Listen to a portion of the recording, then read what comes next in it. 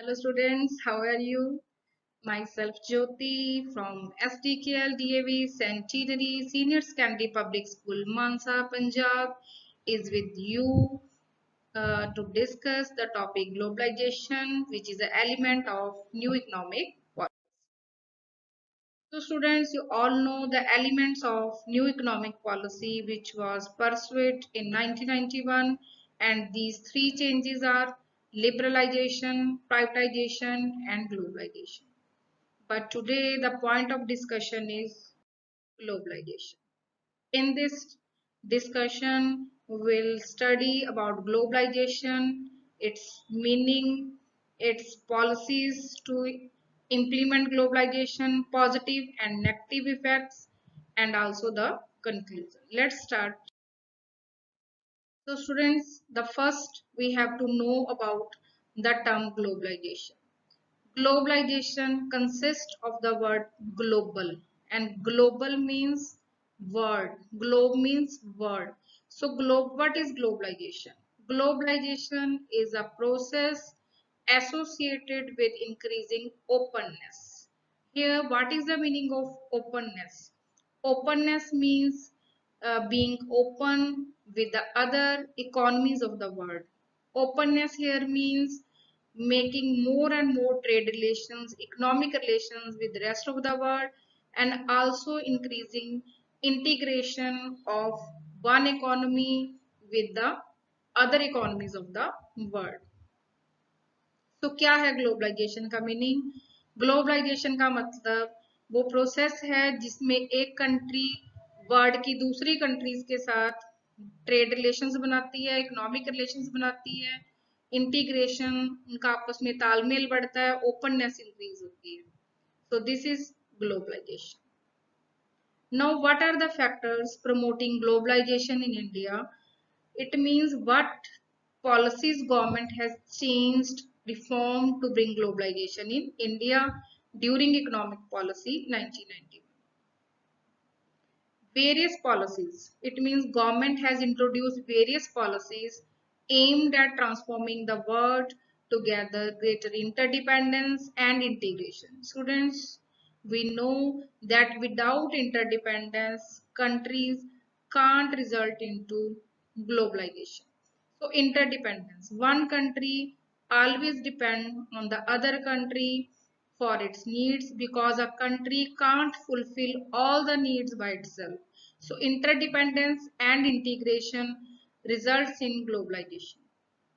And second, we all know that before the policy of 1991, there was trade barriers. So government reduce all the trade barriers to result into globalization.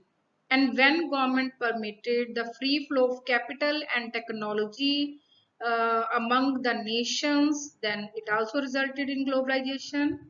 And next, government has also replaced the FARA Act with FEMA Act.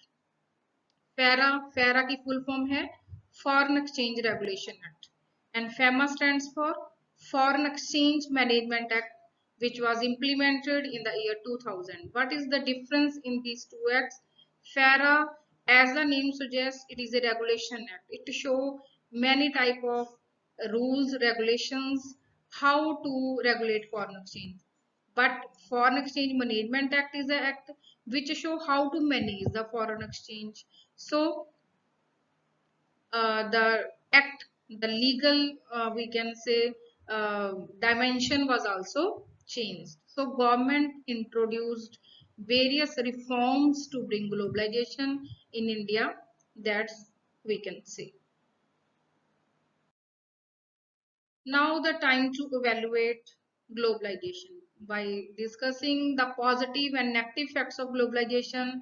But before this, there is a fact for you that globalization is the outcome of the policies of liberalization and privatization. What does it mean? That without liberalization and privatization, globalization is not possible. Suppose government has not given freedom, government has not reduced the barriers, government has not given the private sector more role, then there will be no globalization. So globalization is the outcome of liberalization and privatization. So now let's discuss the positive effects of globalization. First is adoption of new and flexible production methods. How it happened, students, when before globalization, Indian government always wanted to protect our domestic industry from competition. But after globalization, we started adopting new and flexible production methods due to competition. And second one is reconstruction of production and trade patterns. All the patterns of production and trade were reconstructed, innovated, we can say. And the foreign capital start raising foreign capital. Foreigners, due to globalization, foreigners started raising investment in India. So we were able to raise foreign capital not only by investment but also by the way of exports. Qualitative improvement in the country.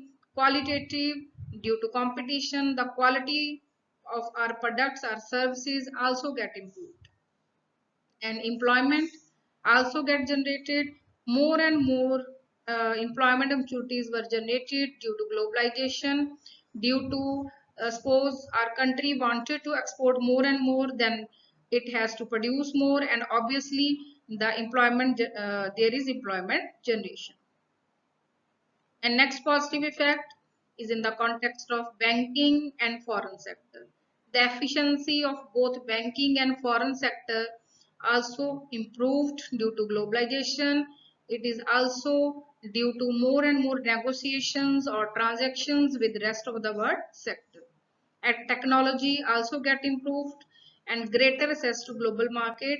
And how the technology is improved, because we can freely we can say import or share the technology with the rest of the world sector.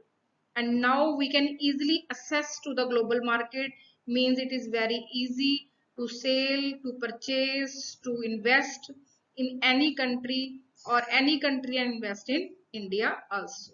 So these are the positive effects of globalization. Indeed, we can say globalization helped our country to expand our we can say business or economy, trade in the rest of the world sector, and we can make better good relations with the rest of the world sector or foreign sector, we can say.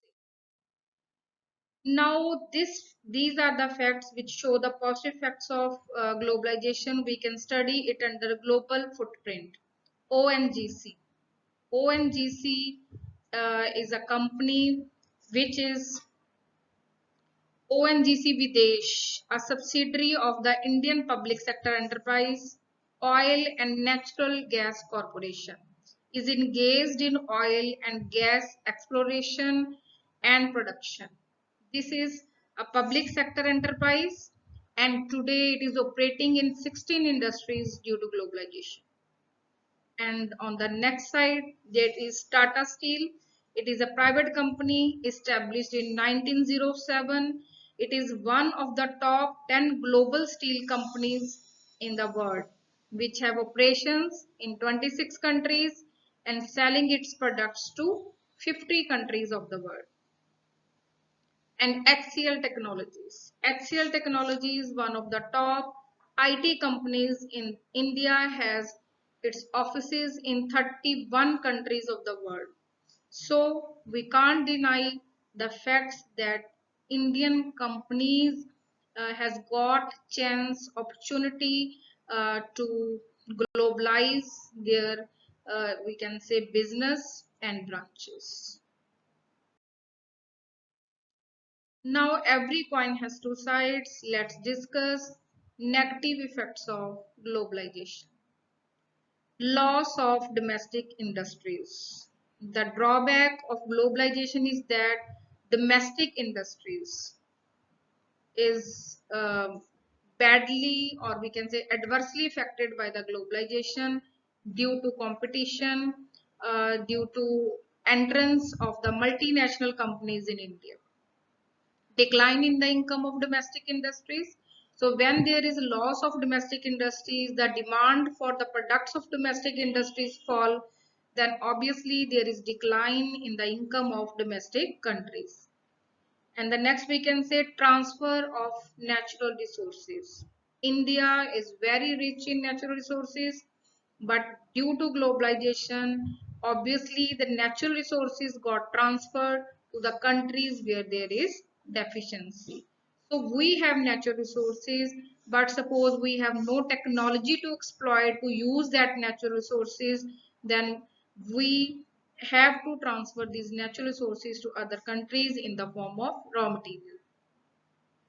And the next negative effect is led to commercial and political colonialism. It means as the Britishers ruled over our country, now multinational companies is playing the same role.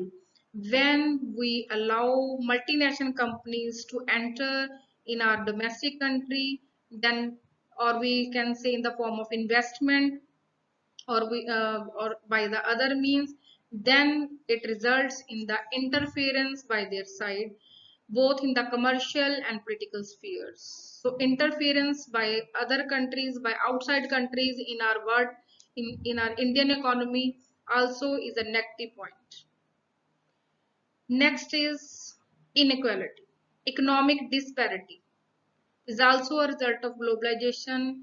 Globalization has widened the gap between rich and poor and among nations and the people. The economic disparities also widen the gap between rich and poor because by globalization, the rich people got chance, got opportunity to earn more and more, and their income got increased, so the rich and poor gap will be widened.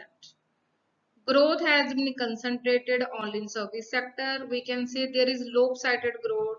Lopsided means one-sided growth. The two sectors, agriculture and industries, got ignored, and the service sector is moving on with the help of globalization. Only the service sector is growing more and more by ignoring the agriculture and industries due to globalization, because there is transfer of services among two nations more as compared to the transfer of agro and industrial products. And then there is dominance of foreign institutions, as we have discussed earlier. Foreign institutions, multinational companies playing dominant role due to globalization. So these all are the negative effects, the adverse side of the globalization. So now what we can say about globalization, what is the conclusion of our discussion? So students, what is the conclusion of our discussion? That while opening our economy, we must be conscious about not to surrender to the big players in the international markets, which means that जब हम अपनी economy को open करते हैं तो हमें international markets के जो बिग प्लेयर्स, बिग कॉम्पिटिटर्स हैं, बिग इन्वेस्टर्स हैं, जिन्होंने वेल्थ को कंसंट्रेट किया हुआ है, हमने उनके आगे सरेंडर नहीं करना है, and not to compromise with economic interest of our domestic producers while allowing a free access to foreign investors in Indian markets, which means कि when we give chance to the foreign investors to invest in India, to have a free access means आप India में आके invest कर सकते हो, business कर सकते हो, तब हमें क्या नहीं करना चाहिए, हमें अपने डोमेस्टिक प्रोड्यूसर्स के जो इकोनॉमिक इंटरेस्ट है उसको इग्नोर नहीं करना चाहिए किसी भी कीमत पर. तो when government is conscious about this policies, then globalization is not bad for us, it can bring positive results. Students, hope you have understood the concept globalization and its effects. Thanks and have a nice day.